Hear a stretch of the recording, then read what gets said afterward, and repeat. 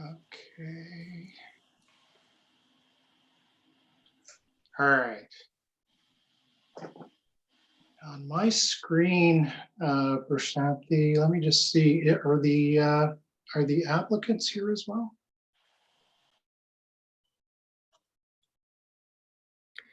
Yeah, we have both applicants. I met with one, and I believe Linda met with the other one. They should be in a breakout room. Okay, okay. Yeah. So if you want to bring them in, you can. They should hear the opening comments, right? Yeah.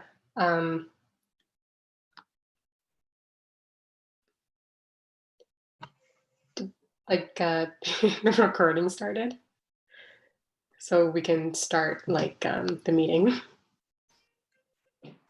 Hi, can you hear me? Okay. Okay, yeah. So that's Christina and Paul. Can you hear me, Paul? Yes, I can. Okay, terrific. All right, so now we can begin. So good evening, everyone. It's just after 7 o'clock. I want to welcome everyone to the Aurora Committee of Adjustment meeting. We'll start by introducing the members of the committee and staff.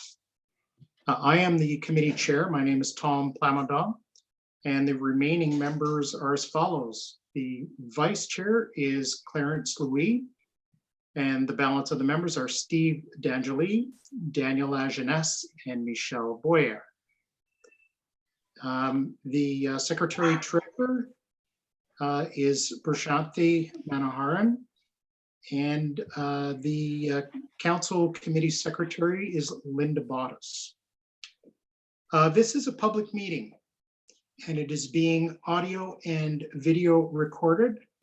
Your name, address, comments, and any other personal information are being recorded in accordance to the Municipal Act and Municipal Freedom of Information and Protection of Privacy Act. This will help our town clerk prepare accurate minutes and to create a record that is available to the general public, including the town's website. Questions about this collection should be directed to the town clerk. Please be advised that the reports that are being considered tonight are available electronically. Should you wish to receive notification of decisions of tonight's meeting, there is a form to be completed that can be obtained through the town clerk. However, owners and agents will automatically be notified. For each application that will be considered tonight, the following process will occur. I will briefly outline the purpose of the application or applications, and then the applicant or agent will then be given an opportunity to make a presentation. However, one is not required. It is the applicant's decision whether they wish to speak or let the application proceed on the merits of the information as received. Following any initial comments from the applicant, I will invite members of the public who have an interest in the application to come forward and address the committee.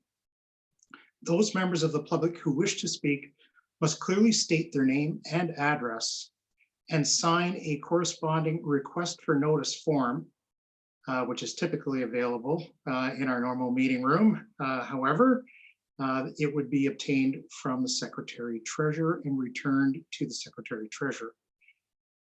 For each individual may speak only once on an issue, and once discussion has commenced in respect of a motion, no further presentation shall be made. If you require any technical assistance with your presentation, please let me know. Please ensure that all questions and or comments are directed through me as chair, and if relevant, I will request the appropriate person respond. It should be noted that the applicant will be given an opportunity to respond to any question or comments, either from the public or from the members of the committee, should they feel that this is appropriate. So with that, we'll get our meeting underway. We have an agenda for this evening, and I'll ask for a motion to approve the agenda? So moved by Clarence, seconded by, I think I saw Michelle's hand go up. Thank you very much. And all in favor? Terrific. I'll ask members of the committee if there are any declarations of pecuniary interest and general nature thereof. And seeing none across the board, thank you very much. Item 3 on the agenda is the adoption of the minutes, and this is the Committee of Adjustment minutes of July the 9th, 2020, and that's meeting number 2005. Can I have a motion to adopt those minutes? Daniel, thank you very much. Seconded by Clarence, thank you very much. And all in favor of the minutes as circulated. Wonderful, thank you. Okay, so now we're going to move to a presentation of applications. So the first application that we have this evening is minor variance application for 42 Long Valley Road.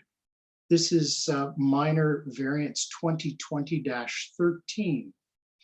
So the applicant is requesting the following relief from the requirements of the Town of Aurora Comprehensive Zoning Bylaw 6000-17 as amended, to consider the front yard as a side yard for the purpose of permitting a swimming pool on the property.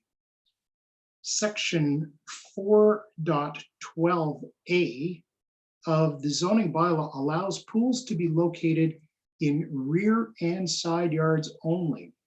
The applicant is proposing that the front yard of the lot be considered as the side yard and to build a swimming pool therein.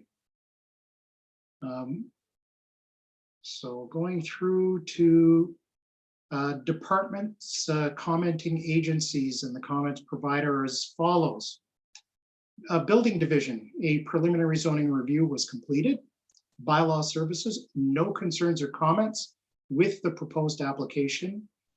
Accessibility advisory, no comments on the proposed application.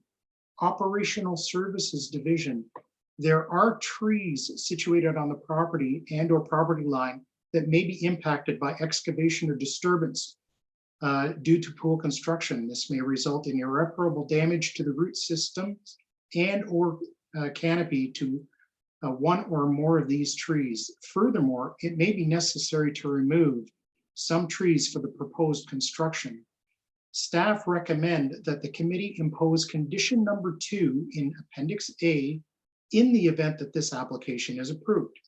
Engineering division has no objections to this minor variance application. The application the applicant, has been advised that existing sanitary, storm, and water services on the subject property may impact the size and or location of the proposed pool. Legal services, no concerns with proposed application. See restrictive covenant registered on title to ensure that there is no conflict. I think we're going to come back to that. That's one that I haven't seen very often. Central York Fire, no comments received at this time, at the time of writing the report. York Region, no concerns.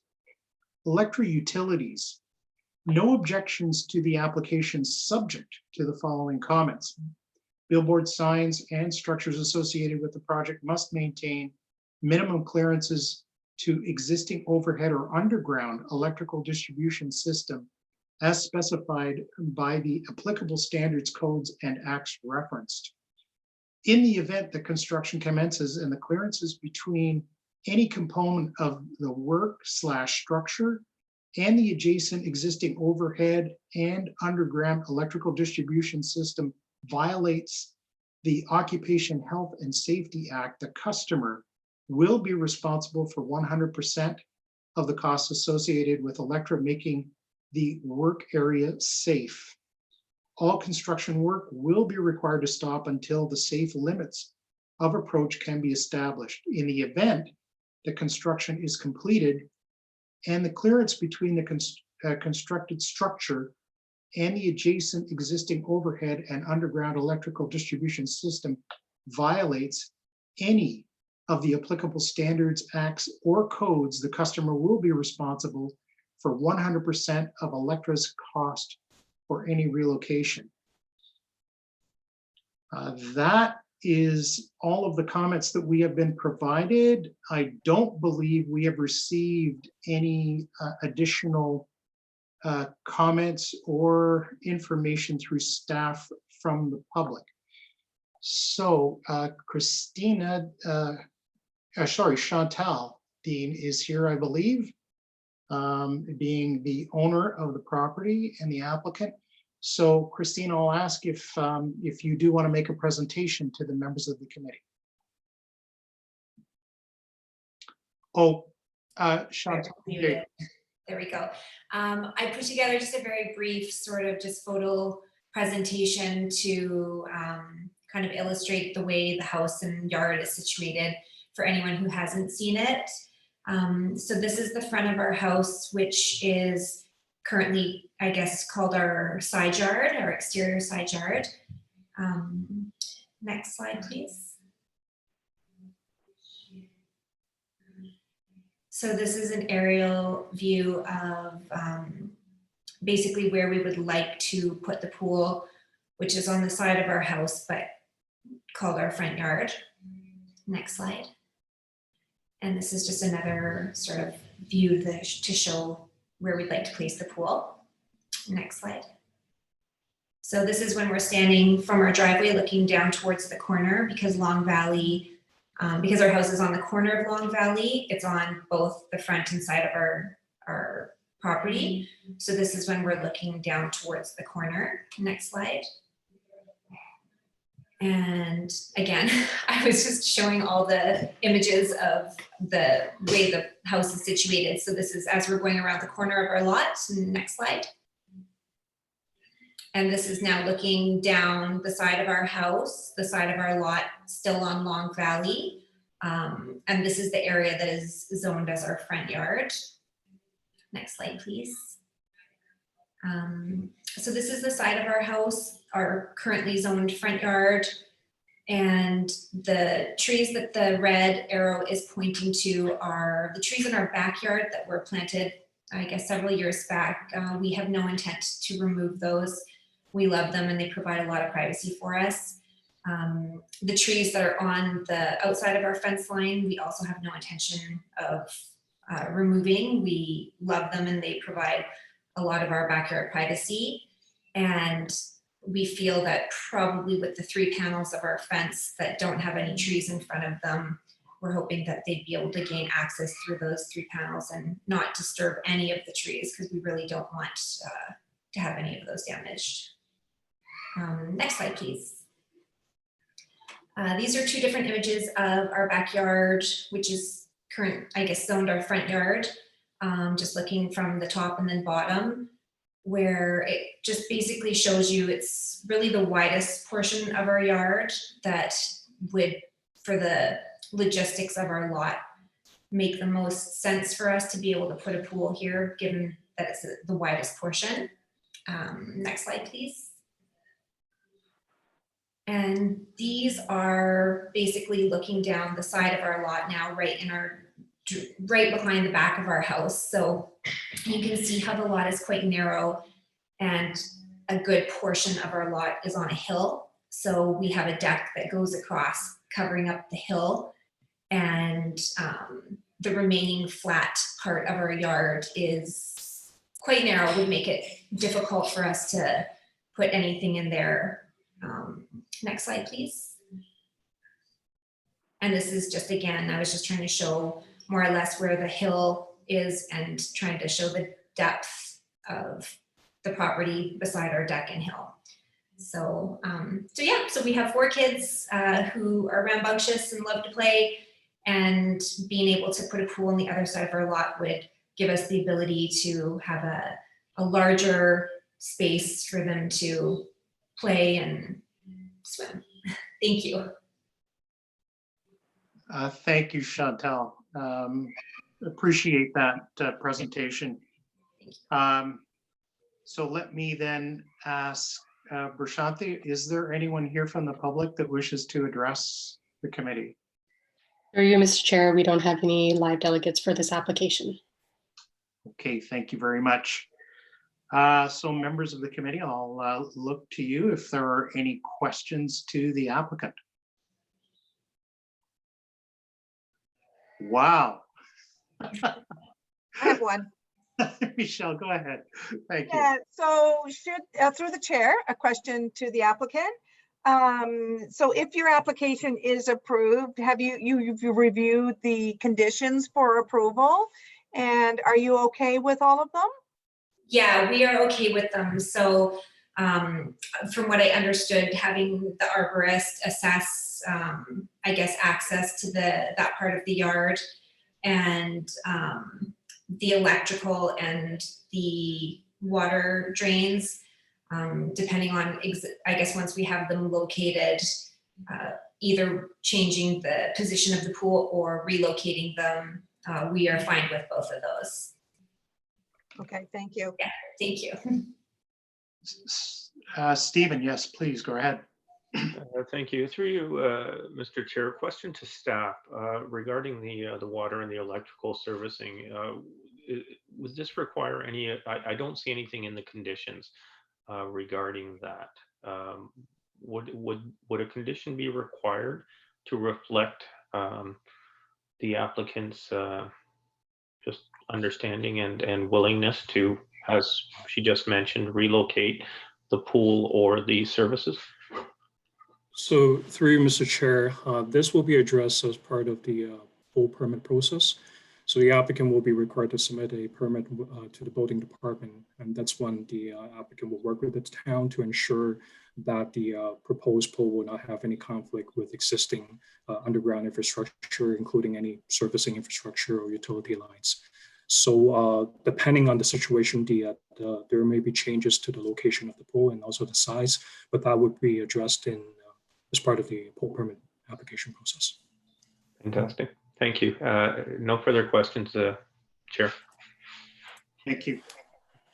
So I mentioned, Chantal, when I was going through the comments, and I don't know if you would know the answer to this, is there something registered on title that the committee should be aware of, that you are aware of, or even Carlson, if you can shed some light on that? Through you, Mr. Chair. So a restrictive covenant was registered on title of the lands when the subdivision was developed. And the instrument of that covenant provides that certain lots within this subdivision zoned private open space must obtain town's approval for any tree removal. And this subject property is not zoned private open space and therefore is not subject to this restriction. Okay, thank you. I do note that one of the last condition in the appendix makes reference to the requirement that all of the above shall be included as terms and conditions in a letter of undertaking with the town of Aurora to guarantee compliance with the conditions of approval. So obviously at that point, a letter of undertaking will have to be exercised as part of approval, if I'm not mistaken. Right, okay, so thank you for that. I'm just gonna also, to the applicant, Chantal, I guess, when I was doing my site visit, thank you very much for that opportunity. You mentioned that if the pool has to be shifted one way or another, you don't have a problem with that, correct? No, so basically when I had spoken to Matthew, when he had called me, when he got the engineering comments, he had just said you could probably have the option of either shifting the pool back a little to avoid the services depending on where they are, or if the services were, because we had approximate location but not exact location. If they were, you know, too far into the yard, that we would then have the option of paying to have those services kind of elbowed at the fence line, I guess, and then brought back up. So both of those we were okay with. Yeah, I guess one of the sort of the cautionaries, and I probably should have mentioned this when I was doing a site visit.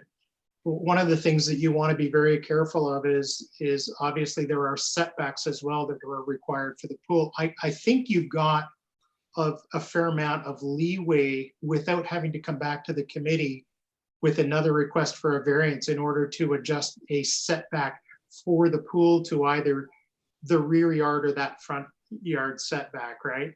Yes. Okay. I think that it was, if I recall, it was 1.2 meters.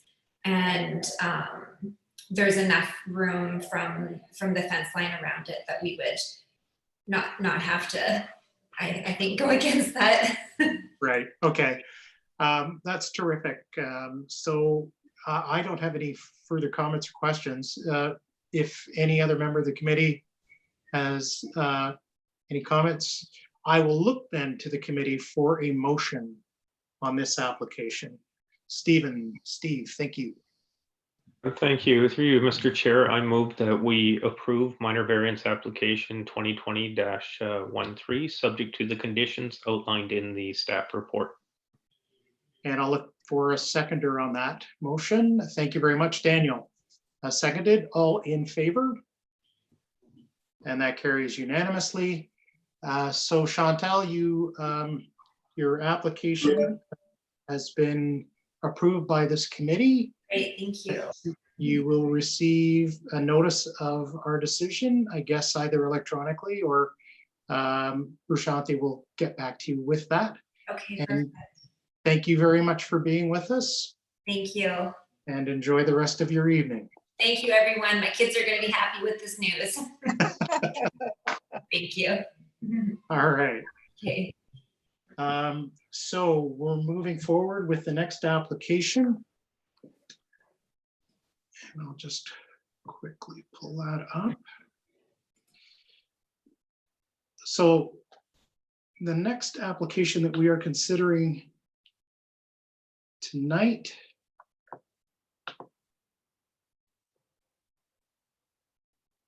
is minor variance application for 100 Woodland Hills Boulevard.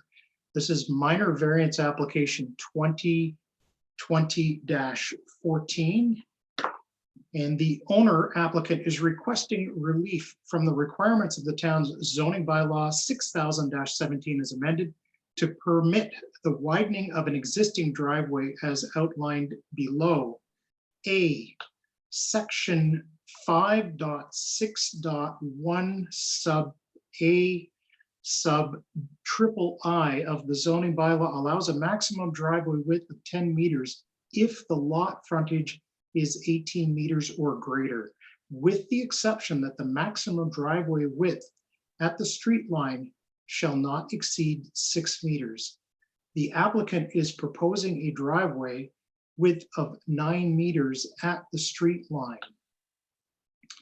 Comments and other departments and agencies comments as follows. Building Division, preliminary zoning review conducted to confirm the variance required for the proposed work. Engineering services, no concerns. Operational services, no concerns. Electra, no concerns with the proposed minor variance. Central York Fire Services and Legal Services, no comments provided at the time of writing of this report.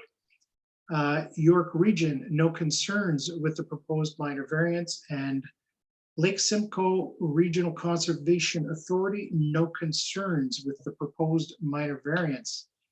The applicant, I believe, is here. Good evening, sir. Welcome. And I'll ask if there are any comments or a presentation that you would wish to provide at this time. No, thanks. Okay, so we're going to let this application stand on the basis of the information as received.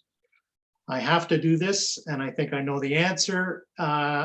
Is there anyone here from the public that wishes to speak on this particular application? Through you, Mr. Chair, we have no members from the public. Thank you. Thanks, Prasanthi. Members of the committee, any questions, comments, or concerns with regards to this application?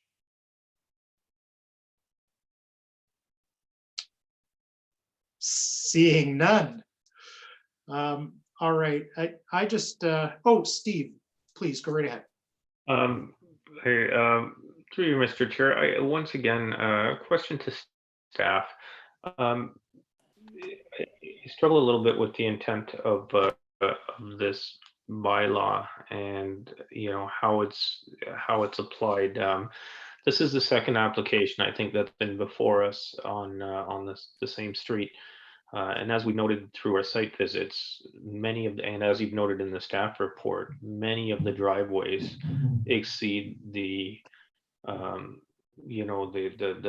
maximum width at the street line. So personally, I struggle with the intent if we're just looking for minor variances to be approved. So and recognizing that these are 3-car garages, what is the intent of making a bylaw that we are using the basis that, if there are enough driveways in the neighborhood that have got exceptions, that's the basis for granting more exceptions? So I'm asking, I guess, just to simplify my question, what is the intent of the bylaw, or your understanding from a planning perspective of a bylaw that states that you can have a maximum width at the garage, but you must have a smaller maximum width at the street line? And why would this be consistent with the application of the bylaw or good planning?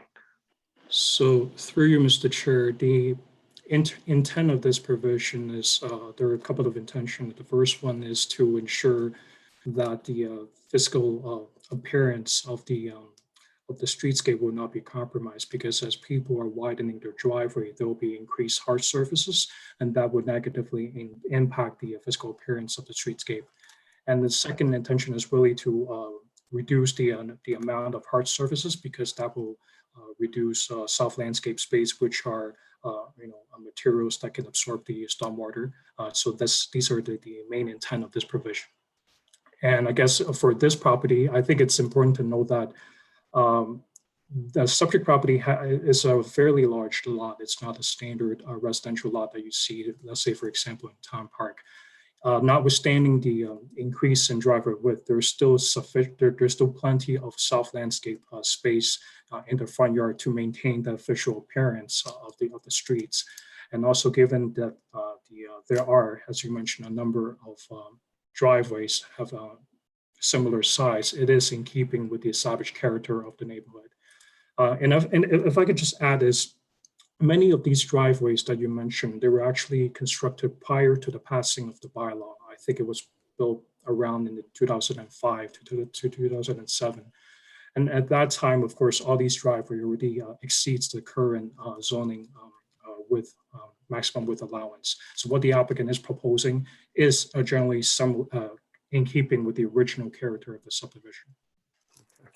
Thank you. And through you, Mr. Chair, just one follow-up question. So if I could just summarize that response for my clarity. So it's very much dependent on the character of the neighborhood, whether staff believes that a variance is supported. So in this particular case, given the size of the lots, the size of the buildings, and also the 3-car garages, it's warranted, just because we are having, we've had quite a few of these similar requests, and I'm trying to understand, if I understand correctly, staff is saying that it depends really on the character of the neighborhood and the size of the lots, as you mentioned, the hard spaces, and in this particular neighborhood, it seems to be supported.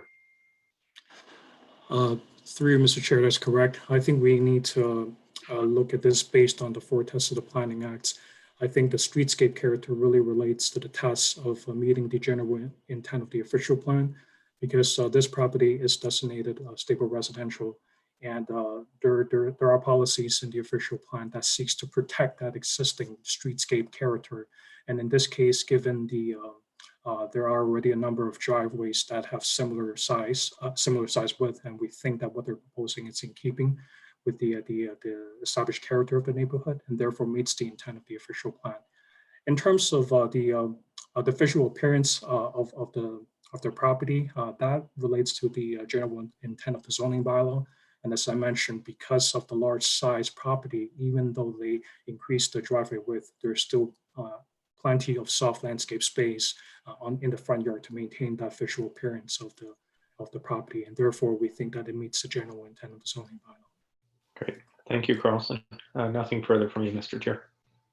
Thank you, Steve. Daniel, yes, please, go right ahead. Through the chair, just a continuation on that to the town. Because, as Steve has mentioned, this is not our first on this street to come to us.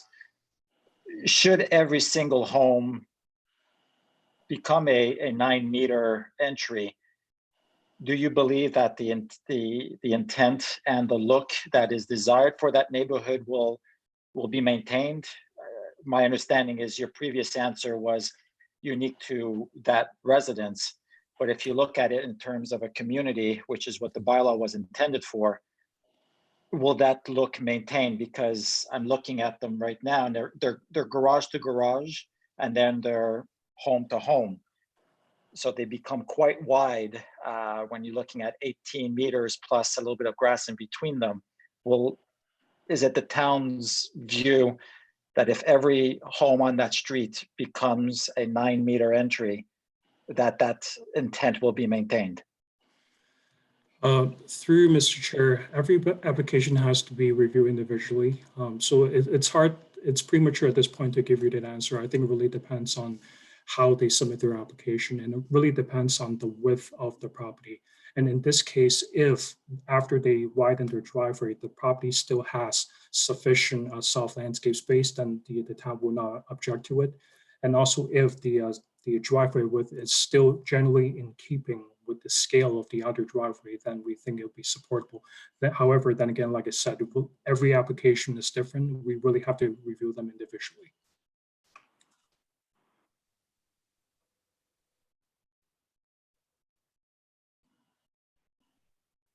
Are you okay with that, Daniel? Sorry, I just realized I muted myself after. Yes, I guess so. Thank you very much.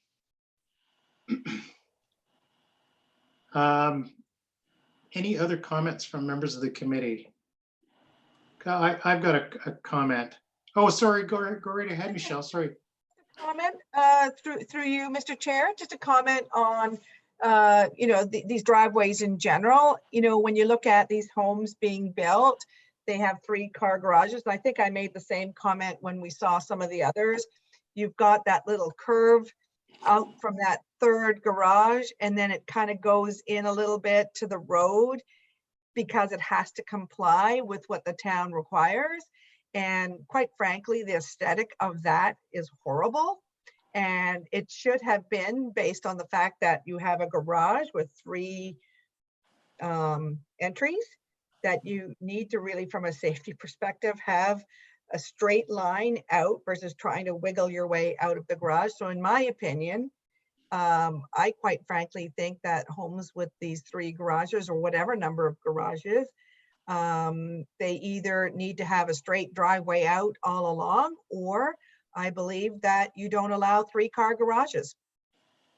But you don't kind of fudge the system by putting in 3 garages and then making it skinny on the one side to comply with whatever zoning and bylaw are in place. So from my perspective, I do support this application just from the aesthetic perspective. Thank you for your comments, Michelle. Okay. Clarence, we're going to make it around the table where nobody wanted to speak before. Join in the fun and echo the comments made by my colleagues, which is that it seems to me the more applications of this nature we see brought by owners within the same community, it just seems to me the more likely that this committee, at least on this term, will consider the other applications that we have approved as the basis for supporting the application that has been put before us. In other words, the more we see, the more we approve, because then it will become an additional basis to make sure that all the other homes will be in keeping with the expanded size of the driveway and the applications that have been put before us. So just a comment on that, echoing those made by my colleagues. Thank you, Clarence. So, I mean, even though I'm a planner, my approach here is a little bit more pragmatic, and I'll draw the committee's attention to the usual comment that I have been known to make in the past, which is the comment on why is it not possible to comply with the provisions of the bylaw? And being a bit of a pragmatist as well as a planner, when I look at the reason the application is coming before this committee, I can tell you it has nothing to do with aesthetics. It has absolutely nothing to do with concern for drainage or absorption. It has everything to do with, I believe, safety. And I understand from the applicant that the concern here is based on two things. Number one, the speed of the traffic as it comes off of Bathurst around the corner, even though there is a center median there for a good distance, it creates a problem or a potential problem for anyone backing out of the driveway, or even for that matter, if the homeowner was coming off of Bathurst himself and needing to slow down to turn into the driveway, that anyone coming from behind him or them at any rate of speed may end up visiting their back bumper unintentionally. The other reason has to do with how the owner's mother uses the space. I assume her car is a little bit smaller. Otherwise, the owner's minivan would use that spot and be able to, with a little bit more ease, I'll put it that way, use that spot in order to get in and get out. And it still throws him or his mother out into the street at a funny angle. Mm-hmm.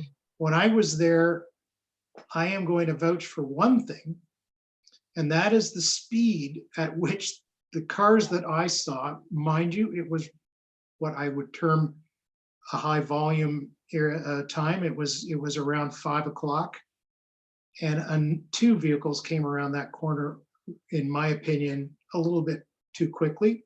And if I was trying to pull into that driveway or out of that driveway, I would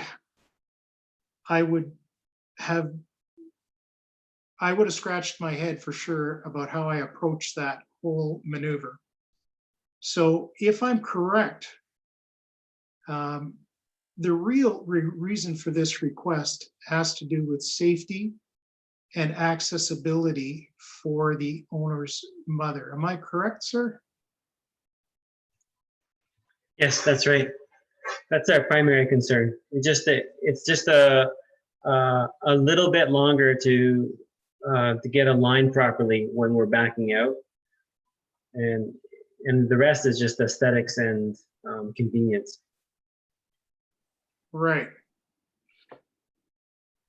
So, in my opinion, and I'm going to support this one, is it's not so much from a planning perspective, although I certainly concur with the town that you want to soften the streetscape, and you're concerned for stormwater, which in my opinion can be solved by using interlock, which allows water to, at least in some respect, be absorbed. But in all practicalities sense, I think this application, and probably many more others that might come through this committee, will be received the same way. So with that, I'll look for a motion from the committee on this one. Steve, thank you. Thank you. Oh, hold on a second. I lost. Thank you. Through you, Mr. Chair, I move that we approve minor variance application 2020-14. I don't believe there were any conditions attached as it Yep, stands there in the was. staff report. Yeah, there were conditions attached. Yeah. One. Sorry. Subject to the conditions as outlined in the staff report. Look to the committee for a seconder. Michelle, thank you. All in favor of the motion as presented? That carries. So, Mr. Barrio, your application has been reviewed and has been approved by the committee. And you'll be receiving notification of that in writing or email. And we wish you a very pleasant evening, sir. Thank you very much. Okay. So with that, that concludes presentation of applications for this evening. Is there any new business arising? And seeing none, anything from staff? Prashanthi, Ishita? Through you, Anything Mr. new? Chair. Oh, sorry. Through you, Mr. Chair. Nothing from my end. Okay, thank you. So with that, I'll ask for a motion to adjourn. Clarence. You turn on your mic. I move to adjourn the meeting tonight. Thank you very much. We are adjourned. Very well done, team. I think we're still